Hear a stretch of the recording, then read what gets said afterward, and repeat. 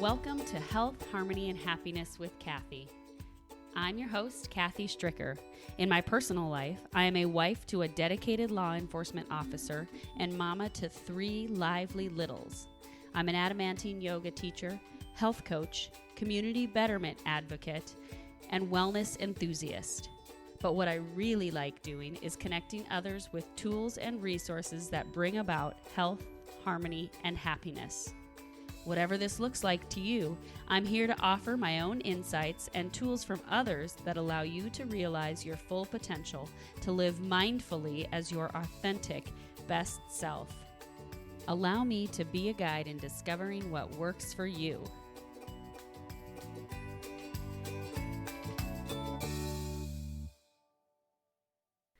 Hey everybody, I have a treat for you today. I got to sit down and interview James Miller, who is the founder of Adamantine Yoga, and I'm so grateful that he took time out of his schedule to help me with this podcast and to share some insights with all of you. I always learn something from him whenever we speak, so I know you will hopefully gain from his wisdom as well. If you listened last week, you got to hear how I discovered Adamantine Yoga and how it came into my life and how it's serving me. And now we get to hear from the founder about the history and evolution of the practice, as well as the tenets of Adamantine Yoga. We go in depth on a lot of other things too, so I hope you enjoy this episode. James, thank you so much for taking the time to meet with me today and to chat about this project that has kind of been evolving over the past 8 years. Is that right? 8 years, yeah, that's correct. As of last month. Nice. Well, congratulations. Yeah. This is the style of yoga that I practice, and I found James probably close to 6 years ago, actually. Yeah, about 6 years ago, I think. I haven't really looked back, I guess, with the practice. It's changed my life dramatically. And so we're just going to visit with James a little bit more today about how it's impacted his life and what the practice is all about. Yeah, thanks for having me. I'm really excited to be here. Good. Can you tell my listeners a little bit more about what Adamantine Yoga is? The further I go with that, the harder that question becomes to answer in some ways. You know, I think oftentimes I answer it by differentiating what Adamantine is compared to other forms of yoga.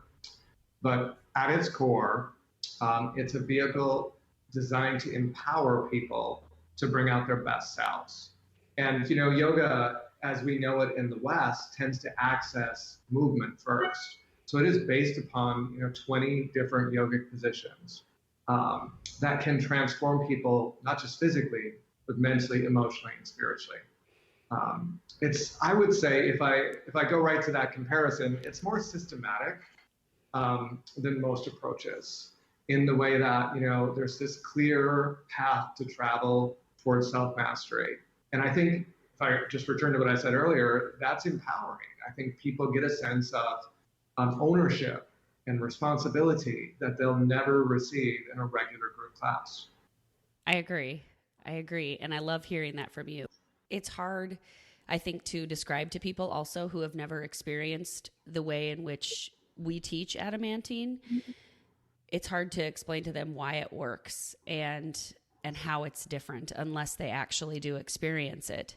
Right. So if you're meeting someone off the street and they say, oh, well, I practice yoga at the studio down the street, what would you say to them? How do you explain to them that it might be a good fit for them to try? That's a challenge. I mean, I think the only thing you can do is invite them in to have an actual experience. Because otherwise, I've written extensively on this, but I think we've taken the word yoga and we've kind of changed its meaning. And when somebody tells me they practice yoga or they've practiced yoga, it doesn't necessarily translate to mean exactly what you and I now define it to mean. So I think the best thing we can do is give somebody an opportunity to try something different. Now, in our environments, like in your environment, hyperlocally, in my environment, we could do that. But oftentimes I feel for the people who practice with us and then try to communicate this experience to people from out of the area. I think they struggle because there's no common ground for the typical yoga practitioner, to Right. stand on. Right. Why do you think it works so well? I mean, you mentioned that it's a system, but why do you think people find this practice and then stick with it? That kind of amazed me, actually. I think, like all things, most creators create for themselves. And then when they go to share it, they discover that other people actually like it. And that was kind of my experience. Like, I'll never forget the first training I ever did on this, which I believe you might have been in, or at least one of the first. Yeah. Yeah. The very first I remember distinctly. And I just thought people would think I was crazy, because it was so different. It was such a break from traditional yoga. And I was so surprised by the end of the training by how people had such a sense of ownership over it. And they were so excited about it. So, yeah, it's, It is amazing. And I think that one of the things I first remember when beginning to practice was that that's how I felt. I felt like I finally had this clear path of a yoga practice that I could do even if I wasn't coming to your studio to practice, and I knew what to do. There were so many unknown questions in other styles of yoga that I had practiced, and in other means that I had practiced, that this kind of said, here you go, this is a path that you can use and go with it. I think one of the things, to answer your question a little bit more directly, is the individualization part of it. And that's what I think people are really lacking in group classes. Like, it's not really taught for them, it's taught for this mass of people that's in front of the teacher, and it's generally appropriate. But what we do is specifically tailored to each individual. And I think maybe that's part of what people really, they feel seen as a result and served at a higher level than they ever could in a group experience. Do you ever find that you have students who have a hard time taking on that power, or like they'll say, well, what do you want me to do next? Or what do you, instead of asking, how should I do this next? Or what should I do? Or what could I do next? This is just something I've discovered over the years, is that sometimes, and those are the people who it takes a little bit longer for them to grasp. It takes a little bit longer because they're phrasing it as, what do you want me to do? Versus, how can I do this? Or what can I do next? Or what do I get to do next? Yeah, sometimes I feel like that might be a phase in the beginning. If people come with the expectation of being led as they've been led in other group exercise experiences, that can be a little bit disconcerting. And then there's a certain personality type, which I think also feels a sense of overwhelm in this experience. And the interesting thing is, it's the person that's already overwhelmed in the rest of their life. So sometimes people will come in and they're so busy and so overwhelmed that they want to basically check that box for exercise, and they want someone to tell them what to do. And unfortunately, that's not really checking that box at the highest level. It's not going to do what they're actually seeking to do. So sometimes those people have felt and expressed, I just want somebody to tell me what to do. But as you and I both know, I mean, there's something that's very simple at the core of this sequence. And what I find in the people that I instruct individually, I would say the average person is up to speed in a way that they feel self-directed within a matter of weeks. Maybe the slowest uptake I've seen is maybe 6 weeks. So most people pick it up fairly quickly. But I will say, sometimes the first week, since it's such a different experience, could be a bit of a struggle. Yeah, I completely agree. And it's like we're throwing this whole different system of learning something at them when really we're not. If you compare it to learning a new language or learning an instrument, we're just asking them to do the same thing, to practice. And Here's part of the problem. Okay, I think the modes of exercise that we've given the general public are so simplistic, that people are accustomed to exercise being relegated to like some part of the brain that picks it up in 2 minutes and just runs with it. Keyword here is run, right? yeah, Like, I've said it before many times. Like, if you look at like the human body and its health is a problem to solve, it seems like a simple solution to use running, but there's a quote from someone that says, like, for every complex problem, there's a simple solution, and it's wrong. And that is exactly what's going on with a mode of exercise like running. It's a simple solution, but it's also wrong. It neglects all these different movements of the body, and it creates redundant movement patterns that create problems over time. So people expect something to be as simple as running or spinning or, flipping tires, or whatever it is. Yeah. But if you really want to experience yourself at the highest level, you need a solution that's more elegant than that. And you have to almost expect that solution, it's going to take some work to be able to, internalize and take full ownership over. Do you think that people ever, or has anybody ever asked you then about the repetition within adamantine with the sun salutation, or with, referring to what you just said, with that repetition creating injury over time? Is that ever a concern? Has that ever crossed your mind? Well, I think when we talk about redundant movement patterns, we're talking about redundant movement patterns over a limited range of motion. So, like, if you can imagine someone running where their arms are fixed almost at 90 degrees and pumping furiously back and forth, and their hips, moving back and forth, but in a very small range of motion. So the range of motions that we express in Adamantine Yoga are limit range of motions. They're bringing the joint through the full range of motion. And they literally are the expression of all the movements your joints can make. So I find it hard to believe that the patterns that you create in adamantine would work against your general well-being. But I will qualify it by saying this. Like, I think when you look at the human body, you have, like, in some ways, essentially a blank slate that you can choose to do whatever you wish with.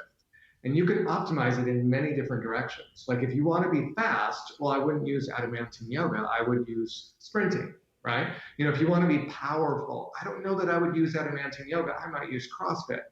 But if you want to live your life gracefully, and you want to have an experience of ease of movement, and you want to feel more relaxed and calm, because I think those things really go together with an open body, adamantine's a better way. Bam. That was an amazing way to say it. Yeah.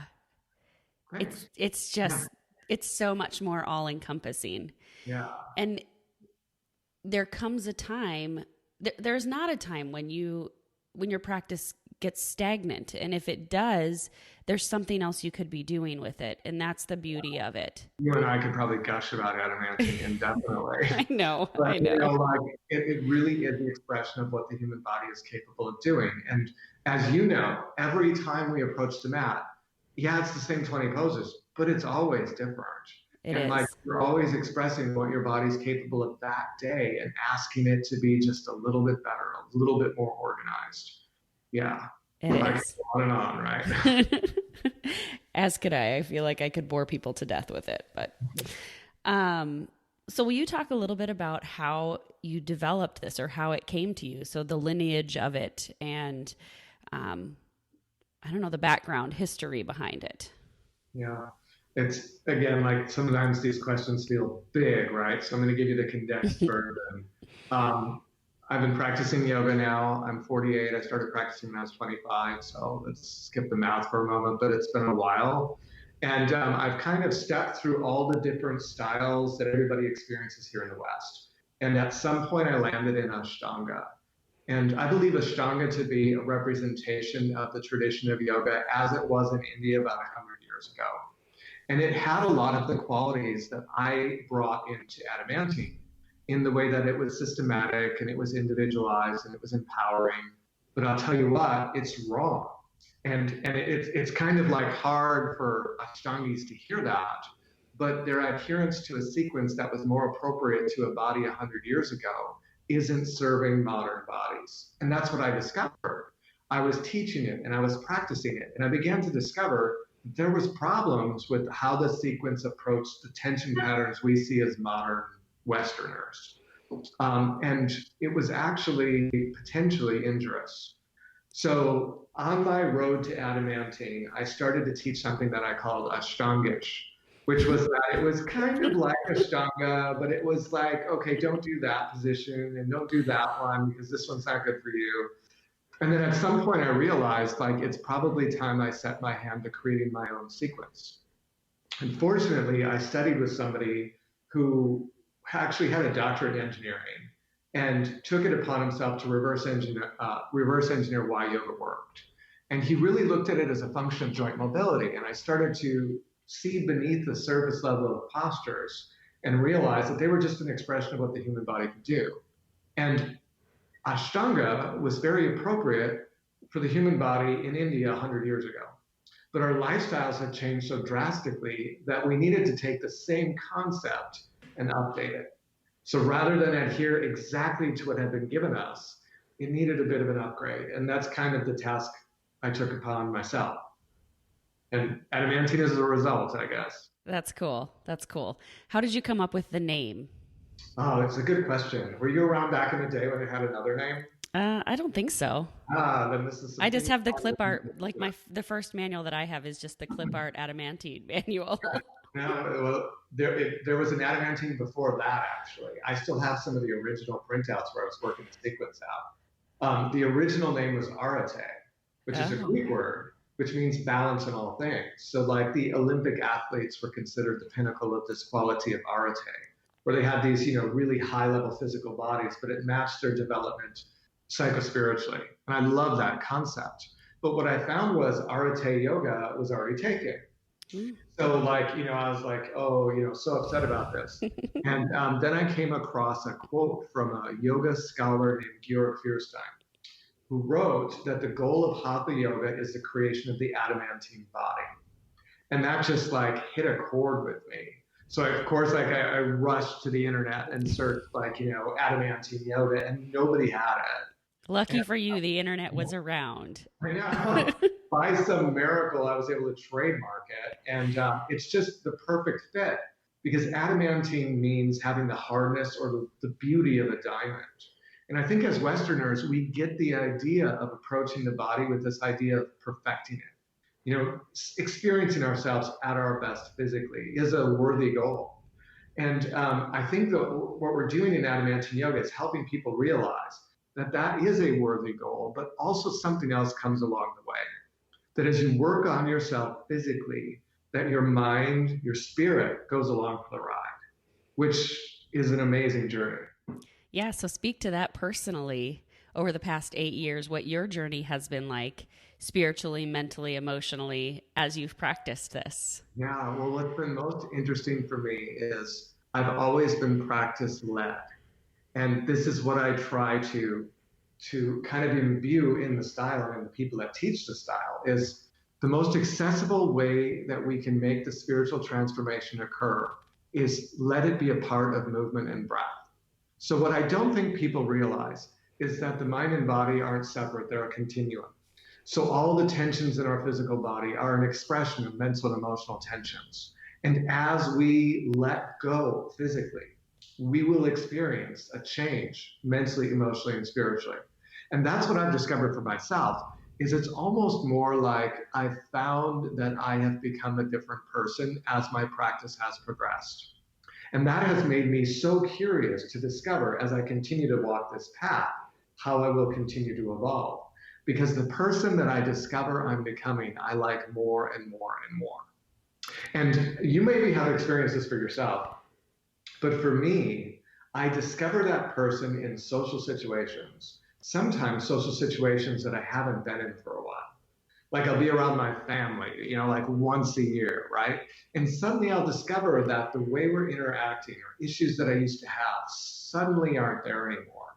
And I'm different.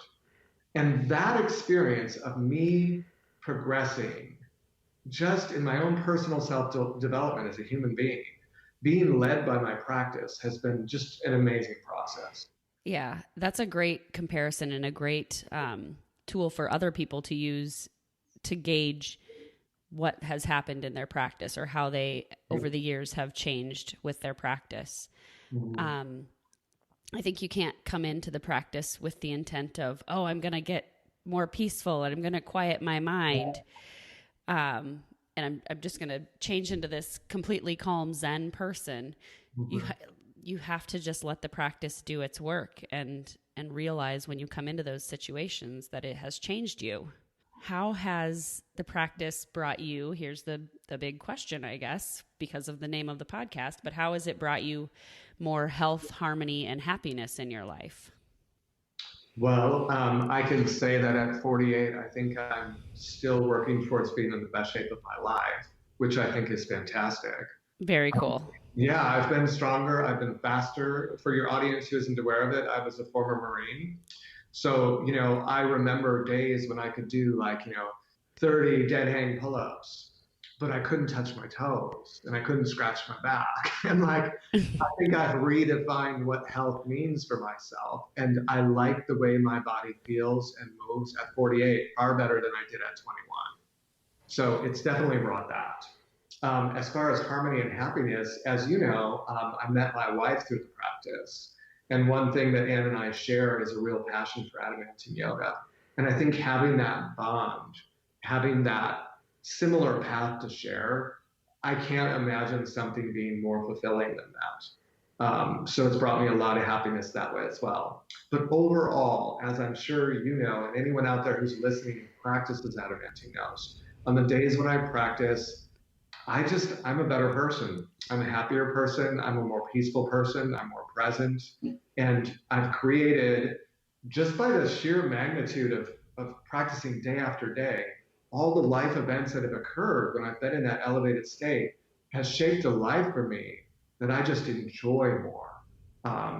Yeah, of course, I could go on and on, but it's done so much. I don't know how to extricate myself anymore from the practice and what it's done for me. That's fantastic. And I think, because it changes the way that you interact with people naturally, then it changes who you are, like you said, in social situations. And it calls the universe to bring you more happiness, more harmony, rather than fighting against. It allows you to move more with the flow. That's what the practice does. So yeah, I was very fortunate today. We've been pretty busy in class in the morning, and oftentimes I won't have an opportunity to practice because we're just too busy. And I have to push my practice to later in the day. But this morning I was able to practice before class ended. And I can tell you that being accustomed to coming home after class and feeling one way, and then doing my practice and feeling another way, it's just such a remarkable difference. Like just when I walk in the door, and I interact with my wife, I can feel like I'm more present. And it's just a real gift. it is the best way to start your day. I honestly can stand outside of myself, even as the founder and creator of this, and realize what an amazing gift it is. It's so much bigger than any one person, and I am in awe of it as a result. Right. Well, and you've said yourself that this is something that you created, that you founded, but it's bigger than that. It's more like this was the intention and this gift that needed to be out there. Well, if I can give you an experience that I had, a life experience I had that I can compare this to. When I was in the Marine Corps, I was in a communication group. And there are different responsibilities and roles within, military organizations. And there was like the IT group, right? And everybody thought they were super smart. And I'm sure IT people are very smart, right? But what I discovered when I interacted with them was all they were really doing was swapping out modules. So I worked in satellites, right? Satellite communication. And when it came right down to it, they really weren't designing the equipment. They were just taking big parts and replacing other parts, essentially. Kind of like you'd swap out like your alternator or your battery in your car. Your mechanic didn't design the battery. They didn't design the alternator. They didn't build it from the ground up. When I look at what I've done with Adamantine Yoga, I took huge modules or parts and just reordered them in a way that worked a little bit more effectively for us. But I can take no responsibility for the magic that yoga is. That existed far before I had my hands in it. Yeah. Yeah. So speak to the roadblock. And I'm glad you mentioned your background because I wanted you to talk about that a little bit. And so I'm glad you mentioned that that's part of your background and where you came from, being in such a physical discipline with the Marine Corps. But you also came from a pretty religious background going to Catholic school growing up, right? Yeah, that's putting it mildly. Yeah. Speak to that in the roadblock that sometimes people put up, and this is a huge question, and I know you've written blogs on it before and already addressed it, but talk about that roadblock that sometimes people put up because they associate yoga with a religion. That's a difficult one. And let me just get some clarity so I know the perspective you want. You're kind of saying from the point of view of somebody who comes in religious rather than somebody who, like, I grew up religious, but I was already at the same time kind of out of that and into seeking more a spirituality that resonated with me. So I wasn't very like encumbered with any dogma when I Right. approached it. You're maybe asking for a different I audience. am. I'm asking for like if someone says, "Well, I'm not going to do yoga," or they have no interest in yoga, or they are against it because they think it has religious connotations that may not be of Christian or their Absolutely. belief system. Right, I totally understand that, and it's something that has bothered me in the past because I think when we imported yoga from India, we took part and parcel the whole culture, and it was so infused in the discipline that it was hard to take it and separate those two elements out. So I think when people experience yoga as a religious discipline here in the West, they're experiencing something that people are literally mimicking that they saw happen in the East. And this isn't necessary. And when I created Adamantine Yoga, I created it in a way that I wanted it to be very accessible. And I think what it really boils down to is this: there is a spirituality in movement and in breath that is universal. And that is the secret, is that connection between the mind and body. And it can be as simple as when we feel good, we're kinder people to the people in our lives. And I think like a whole religion could be built around that, right? But I intentionally did not take along for the ride any of those Eastern mystical aspects into Adamantine Yoga because I knew they would be barriers for people. And I think this is partially a function of why I landed in the Midwest. Because I think here in the Midwest, more than anywhere else, we need to create a discipline that is accessible to people. So to me, I can't see how there could be anything conflicting in movement and breath with any of the world's religions. Because all of us move and all of us breathe. It's necessary for life. So for that reason, I think it makes Adamantine extremely accessible. Jesus's mission was to just love, right? To love your neighbor as yourself.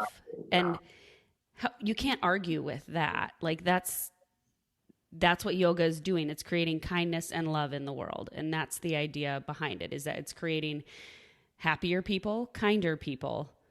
And so there is no argument there. I Um, agree. There are probably forms of yoga that I would agree with the people out there who say that Christians shouldn't practice them. I would agree with that. I personally found the chanting, things like this in other languages, to be something that didn't draw me in, didn't resonate with me, and I didn't really understand. It would be like someone in another country, with another language, trying to pray in English without really understanding what those words mean. So for that reason, I don't personally resonate with that.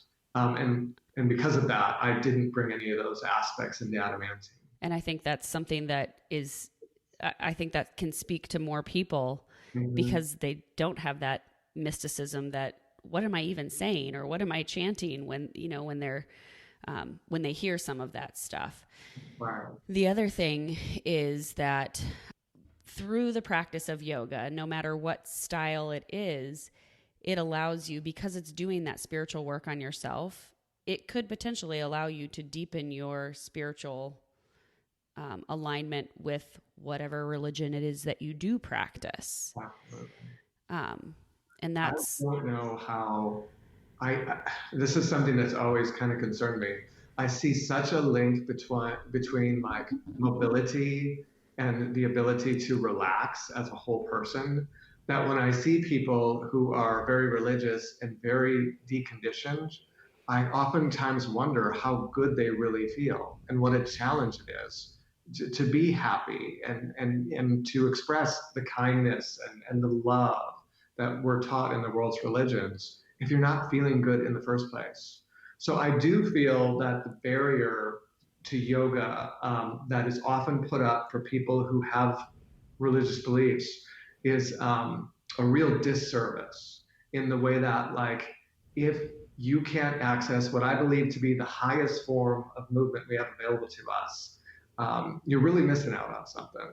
So, what the yoga world has needed is something that says you can take this and bring it with you into whatever faith based tradition you already are in, and it will serve you. Like, if you can't agree with the four tenets that we have, integrity, nonviolence, surrender, and gratitude, then I might question your religion in the first place. Right. you know? Right. Exactly. Exactly. Talk a little bit more about the tenets since you mentioned them. Sure. I wanted people to experience spirituality in a way that just made sense. And for me, like I said, it was movement led. And what I discovered was through the practice of Adamantine Yoga, I encountered certain spiritual lessons that either I embodied or I washed out. And by washed out, I mean essentially I would have quit. So, and the first was integrity. And that really just comes down to that if you intend to progress in Adamantine Yoga, if you don't have the integrity to show up on the mat in a consistent way, you're not going to thrive. And by not thriving, sooner or later you're going to quit, you know? But what I think we find, and I'm sure you've experienced this too, adamantine seems to attract people of high integrity. It seems to attract people who are willing to work on themselves. And those people have oftentimes learned integrity somewhere else already. But sometimes they've learned it at such a high level that it's turned into something else and it's turned into aggression. And they end up pushing themselves unnecessarily hard. And as a result, they end up hurting themselves. And they learn another lesson. And that's the second lesson. And that's nonviolence. And the first way you learn nonviolence is to yourself. You learn to be kind to yourself and you learn to be compassionate. So you show up with consistency, but you're not aggressive in your practice. You've learned the quality of nonviolence.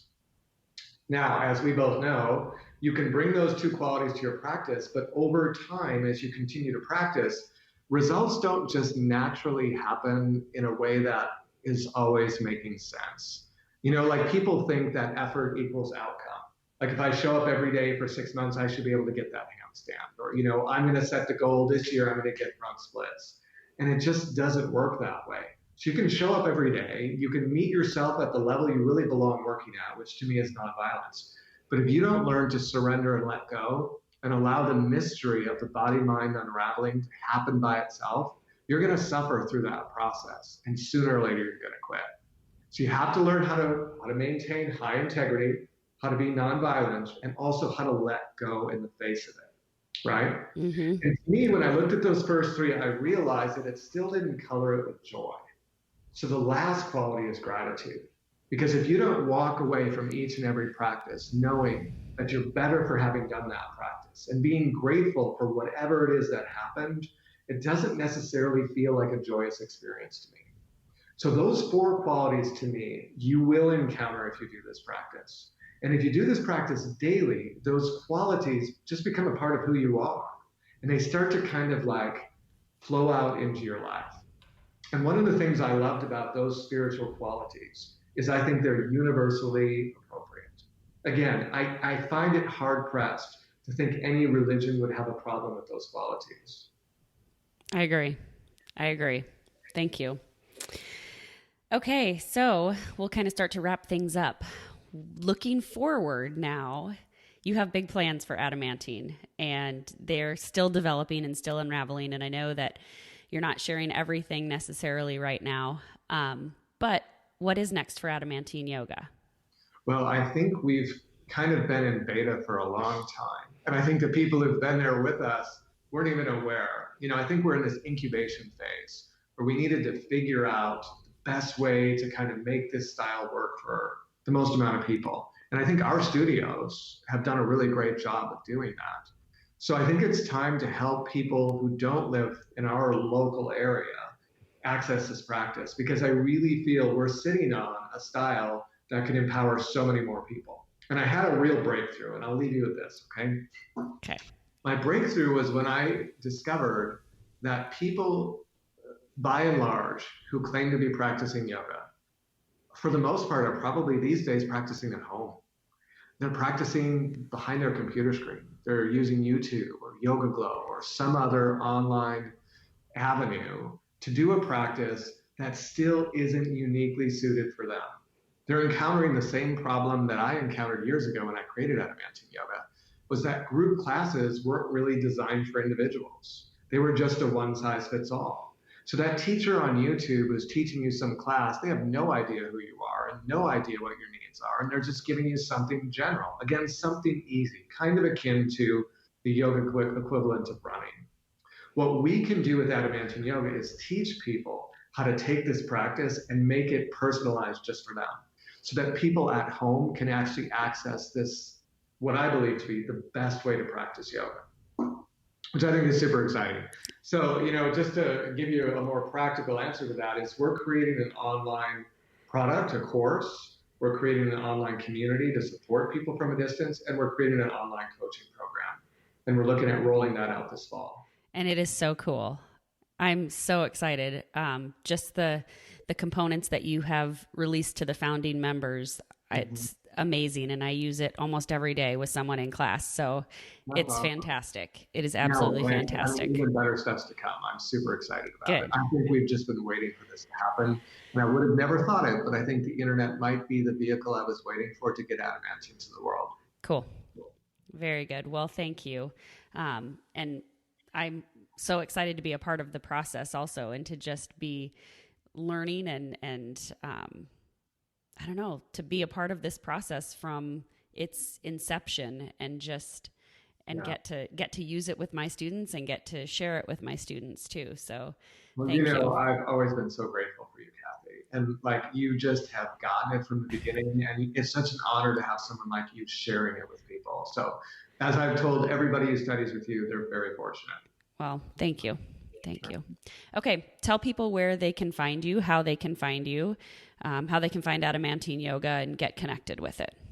At the moment, adamantineyoga.com is our local studio, but look for that to change in the next 2 months, where it starts to represent not just the local studio, but everything that's happening beyond. And there is opportunities for anyone, anywhere to participate in our community. So I would say if you stay tuned to Adamantine Yoga, send me an email, get on our mailing list, and I'll keep you updated with everything that develops. Excellent. What's the best way for someone to start if they want to start right now? If they want to start practicing right now, and they live close enough, because we're probably talking to people who do. Yeah. We need to be working with you at your studio in Knoxville. And I think you probably have a similar offering to what I do in my studio. Is in Des Moines, we offer a free week trial. Mm-hmm. And that's because, I really think that when people experience this, they're in. I mean, if people come and they come every day for a week, they're going to practice for quite some time. I'm sure of that.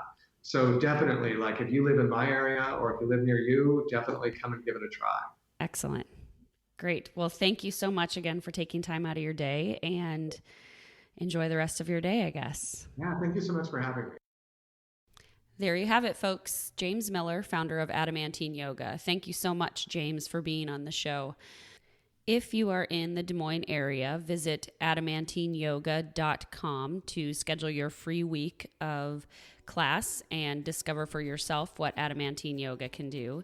And if you are in the Knoxville area, visit cairnyogawellness.com. That's CAIRN yogawellness.com, and schedule your free week here at the studio in Knoxville. That is also where you will find all of the show notes from today's episode, so I hope you'll take a moment to check that out as well. Follow me on Facebook and Instagram at Cairn Yoga Wellness, and to continue connecting with more resources that could enhance health, harmony, and happiness in your own life, subscribe to this podcast.